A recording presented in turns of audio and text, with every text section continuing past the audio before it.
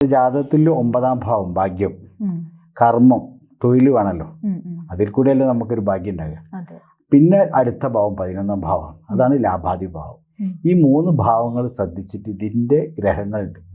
ഭാവാധിപന്മാരും ഈ ഭാവത്തിൽ എന്തെങ്കിലും പാപഗ്രഹങ്ങൾ ഉണ്ടെങ്കിൽ അതിനുള്ളൊരു പരിഹാരം നമ്മൾ ആദ്യം തന്നെ കാണണം. എന്നതിന് ശേഷം അവർക്കൊരു അഫർമേഷൻ എന്ന സംഭവമുണ്ട്. മഠം കേട്ടിട്ടുണ്ടോ അറിയില്ല. അതായത് സ്വന്തം മനസ്സിൻ്റെ ഉള്ളിലേക്ക് ആ ധനം കിട്ടാനുള്ള സംഗതി വരുത്താണ്. അത് ഞാൻ പറഞ്ഞു കൊടുത്തിട്ട് അവരെ കൊണ്ട് ചെയ്യിപ്പിക്കും. അങ്ങനെ ഒരുപാട് ആൾക്കാർക്ക് മാറ്റങ്ങൾ വന്നിട്ടുണ്ട്. അതിൽ എന്തെങ്കിലും മന്ത്രങ്ങളായിട്ടാണോ? മന്ത്രങ്ങളുണ്ട്. പക്ഷെ മന്ത്രങ്ങൾ എന്ന് പറഞ്ഞാൽ നമ്മൾക്ക് ഇത് പബ്ലിക്കായിട്ട് പറയാൻ പറ്റില്ല. വന്ന ആൾക്കാർക്ക് അവർ വിളിച്ചു കഴിഞ്ഞാൽ നമ്മൾ അതിനനുസരിച്ചിട്ട് കാര്യങ്ങൾ പറഞ്ഞു കൊടുക്കും. അതാണ് എൻ്റെ പ്രത്യേകത. ഒരുപാട് ആൾക്കാർക്ക് അതിൻ്റെ ഗുണം കിട്ടിയിട്ടുണ്ട് ഞാൻ പറഞ്ഞു കൊടുത്തിട്ട്. പക്ഷെ ഞാൻ അതിനു വേണ്ടി പ്രത്യേകിച്ച് വലിയൊരു സാമ്പത്തികമൊന്നും വാങ്ങാറില്ല. പക്ഷെ റെഡി ആയി കഴിഞ്ഞാൽ അവർക്ക് പലരും ഗിഫ്റ്റായിട്ട് ഓരോന്ന് കൊണ്ടുതരുന്നുണ്ട്. അങ്ങനെ പ്രത്യേകത. അപ്പോൾ ഇത് ഈ സാമ്പത്തികമായി ഉയർച്ച കിട്ടാനായിട്ട് ഇപ്പോൾ സാർ പറഞ്ഞ പോലെ തന്നെ ജ്യോതിഷത്തിൽ എന്തെങ്കിലും മാർഗങ്ങൾ? ജ്യോതിഷത്തിൽ തന്നെയാണ് ഈ നമ്മളെ ഗ്രഹസ്ഥിതി നോക്കും. പിന്നെ നമ്മൾ പ്രശ്നം എടുക്കും. അവരെ പ്രശ്നം എടുത്തിട്ട് ഈ ദുരിതങ്ങൾ ഉണ്ടെങ്കിലും ഇങ്ങനെ സമ്പത്ത് ഉണ്ടാവില്ല.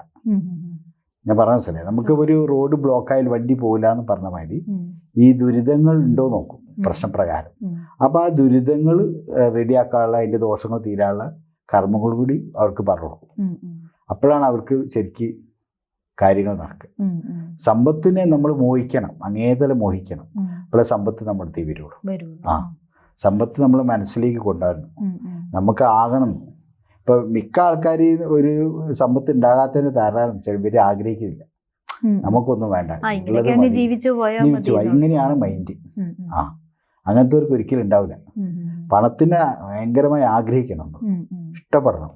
പിന്നെ ഈ പണത്തിൻ്റെ പ്രത്യേകത വെച്ചാൽ മേഡം കേട്ടിട്ടുണ്ടാവില്ല, അസ്ത്രീയല്ലോ ലക്ഷ്മി യൗവനവും പുനരധി ധ്രുവം എന്നാണ്. അതായത് ലക്ഷ്മി യൗവനവും ഒരു മനുഷ്യന് സ്ഥിരമായി നിൽക്കൂല. അങ്ങനെ ഒരു ഇതുണ്ട്, ആചാര്യം പറഞ്ഞിട്ടുണ്ട്. അതായത് പണവും ആരോഗ്യവും, അതായത് യൗവനം എന്ന് പറയും. നമ്മളെ ഏറ്റവും നല്ലൊരു മനുഷ്യന്റെ കാലമാണ് യൗവനം. അത് നിലനിൽക്കൂല, പണം നിൽക്കൂല. ഇന്ന് മേഡത്തിൻ്റെ അടുത്താണ്, നാളെ എൻ്റെ അടുത്താവും, മറ്റന്നാൾ വേറെ അടുത്താവും. അപ്പം നമ്മൾ എന്ത് വെച്ചാൽ ഈ പണം കൊണ്ട് വേണ്ടാത്ത ചെയ്യും. അങ്ങനെ വന്നാൽ പണം നമ്മുടെ അടുത്ത് പോകും. സമ്പൂർണ്ണ ജാതകം സാധാരണ ജാതകമല്ല, സമ്പൂർണ്ണ ജാതകം 75 പേജുകൾ അടങ്ങുന്ന സമ്പൂർണ്ണ ജാതകം 250 രൂപയ്ക്ക് ഇനി നിങ്ങളുടെ കൈകളിലേക്ക്. അതിനായി നിങ്ങൾ ചെയ്യേണ്ടത് ഇത്രമാത്രം: താഴെ കാണുന്ന നമ്പറിൽ ബന്ധപ്പെടുക.